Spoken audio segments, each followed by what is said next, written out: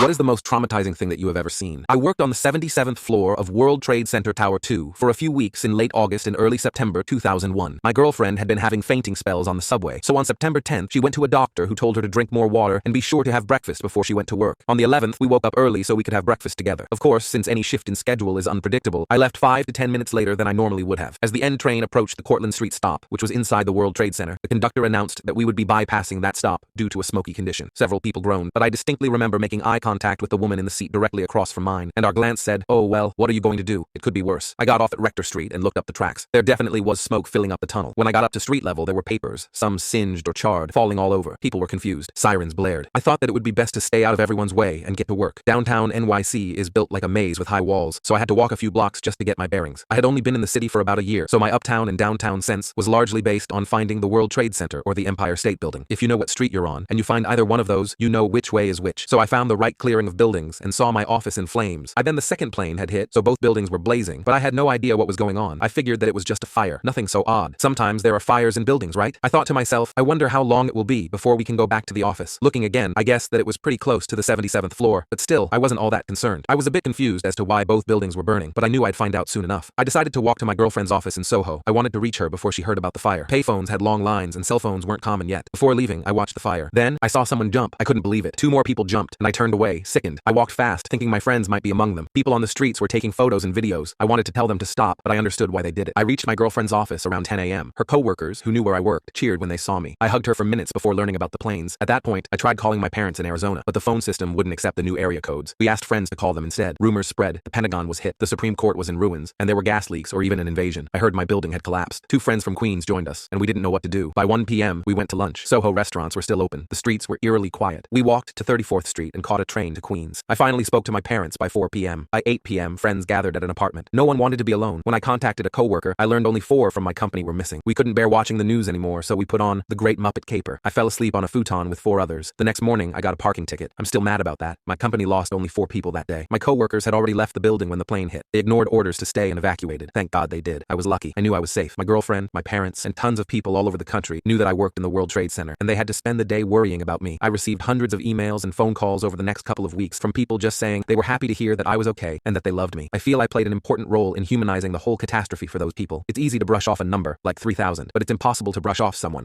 even if that someone is just a close call.